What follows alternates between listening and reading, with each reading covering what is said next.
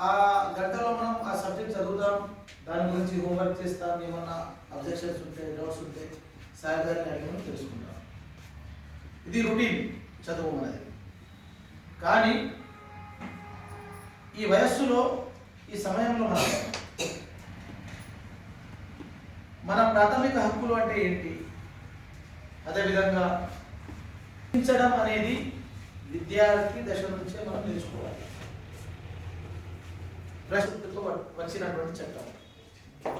ఇప్పుడు మన కోసం వస్తున్న నిధులు, మన కోసం కేంద్ర ప్రభుత్వం, రాష్ట్ర ప్రభుత్వం పెడుతున్నటువంటి సంక్షేమ పథకాలు ఏమిటి, మన విద్యార్థులం స్కాలర్షిప్స్ ఉంటాయి. మనం ఇలా ఏంటంటే మన హక్కుల గురించి మనం ఫస్ట్ తెలుసుకోవాలి.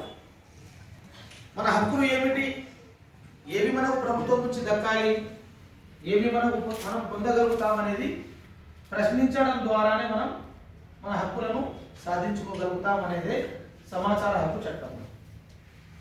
ఇంకా ఈ చట్టం గురించి చెప్పాలి.